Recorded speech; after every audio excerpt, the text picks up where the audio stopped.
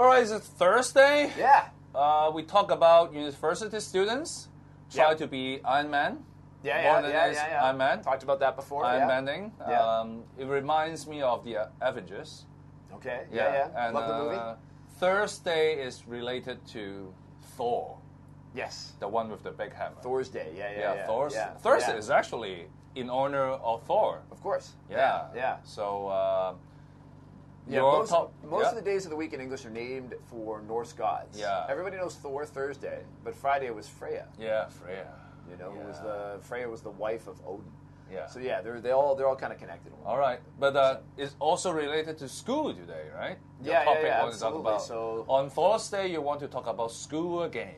Yeah, Thursday, we're looking ahead to tomorrow's Finance Committee meeting, and one of the things that's going to be coming down the pike and approved, and I guess we'll see that reiterated in the budget, which is coming out next week, is that the government's going to be putting more money again into schools. All right. And in particular, primary schools and kindergartens.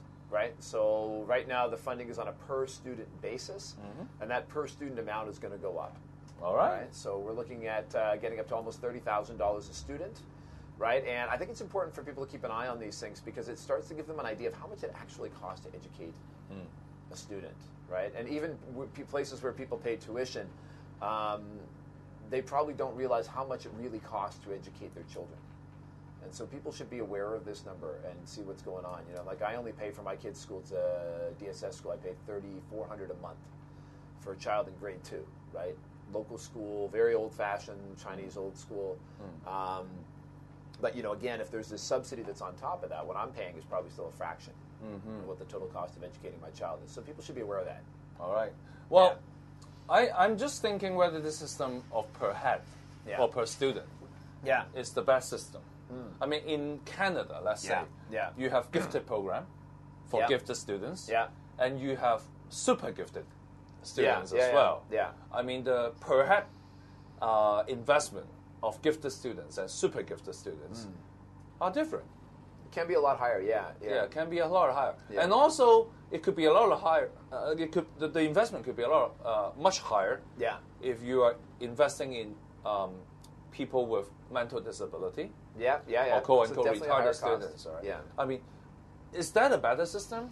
Well, compared to the Hong Kong, mostly, you just put in the same amount per head. Of course, the government will argue they have special education school. They do. That per head cost will be higher, and but they do not. Funding. But they do not make it a gradient system.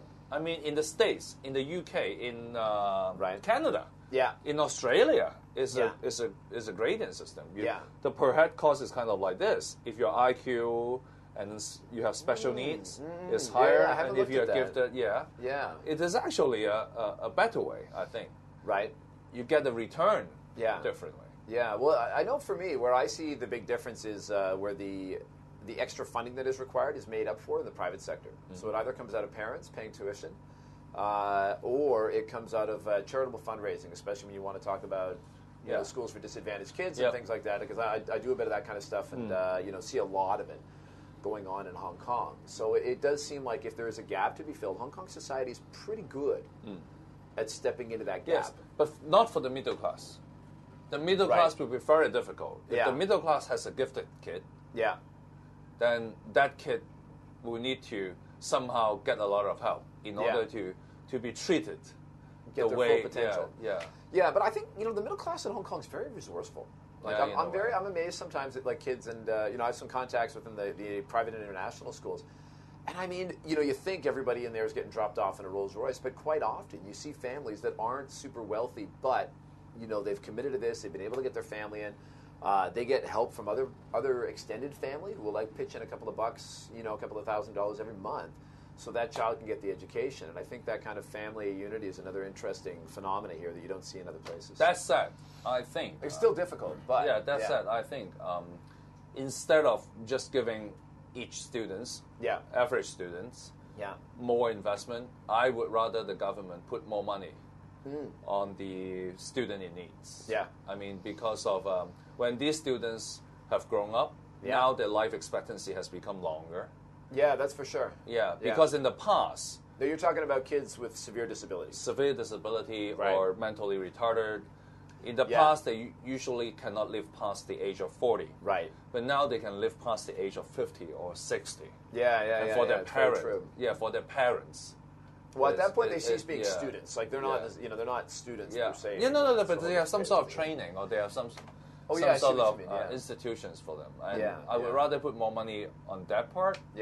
Rather than you just give an average racing course. I'll tell you what, we're going to have to. The budget's coming out next week, and we'll have to see if John Tsang and his team are listening. Yeah. All right. So education is investment. Yeah, of course. Yeah, absolutely. Yeah. So investment will be the keyword for today. All right. Let's make it so. All right. All right. Cheers.